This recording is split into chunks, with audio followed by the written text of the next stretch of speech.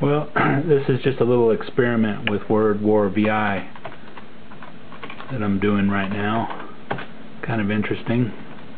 One thing I like about C as opposed to C++ is that instead of your regular class methods, you have generally function pointers serving that role.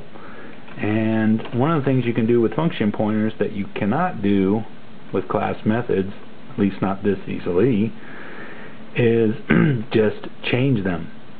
For instance, this function here, which I don't doubt you can read it, but it's called spray debris. And whenever a bomb explodes in this game and hits something and destroys it, it calls this function, which inserts a bunch of debris objects flying around in random directions whenever something explodes. And this each piece of debris has what in an object-oriented language like C++ would be, it has a couple methods, one to draw it and one to move it. And in this case it has, for the move method, it has something called bridge move, and the only reason it's called that is because the first thing I added to the game that had this property was a bridge, and so I've just reused it. And the bridge move method is just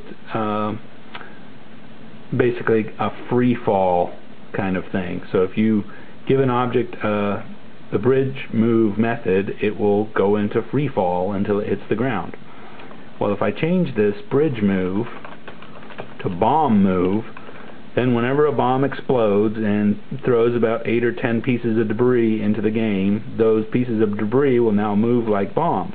And the only difference between bombs and bridge chunks is when the bombs hit something, they explode. So this sort of makes every bomb into sort of a cluster bomb. So if I were to try to do the same thing in C++, I would have to either derive a new class that was just the same as this, except it had a different move method, or there's some other things I could do, but it would be a much more, it would be a bigger edit. Like here I changed 5 characters and replaced them with 4 characters. I think it would be bigger than a 9-character edit if it were C++. So that's one of the things I kind of like about C. It's a little looser, it's a little easier for me to experiment. Part of that's my more familiarity with C than C++, but part of it is C++ is intrinsically more strongly typed, is one way to put it, but it's just more rigid. It wants you to plan things out, and if your goal is just to do a dumb little experiment, C++ will sort of discourage you from doing something like what I'm about to do here, because I know this is not going to turn out well. It's not going to be something I use. It's just something that's going to be entertaining. And if it was a lot of work, I wouldn't do it. But a 9-character edit, I think I can handle that. So anyway, let's build this thing. Dumpty dumpty dum. Alright.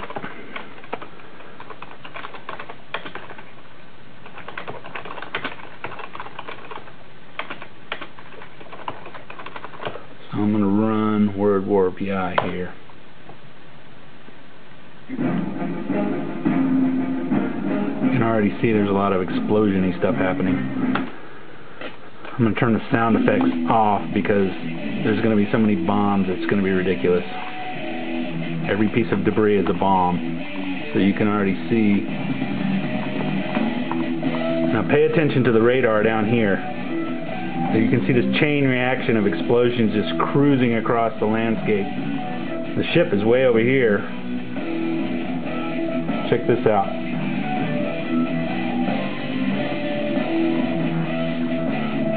Look at this.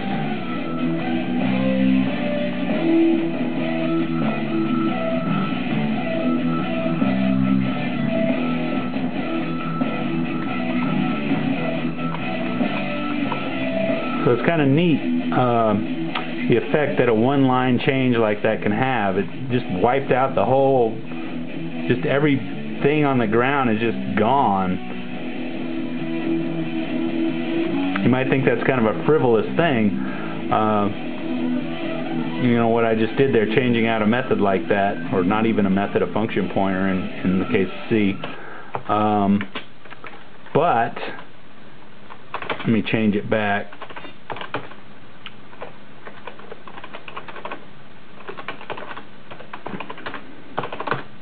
But I did the very same thing. If you're familiar with this game at all, you know there's these kind of guns that hang down from the top. And when I first added those in, they didn't really hang down. They were just stuck on the roof. And they were kind of hard to shoot because your ship only shoots horizontally and it drops bombs which go down. So if they were way up at the top like that, it was kind of hard to hit them. So then I suspended them from these towers like this. And then I thought, well, that'd be kind of cool if they could drop. So I made them drop. And then I thought, well, you know, it'd be really cool if they exploded. And so the way that I accomplished that was just simply switching out that function pointer to make them move like a bomb. I just changed the function pointer to be the bomb's move function pointer. And that's done on the fly, because normally when they're hanging up here, they still have a move method that moves them around and makes them shoot in the right direction and that sort of thing. It doesn't act like a bomb.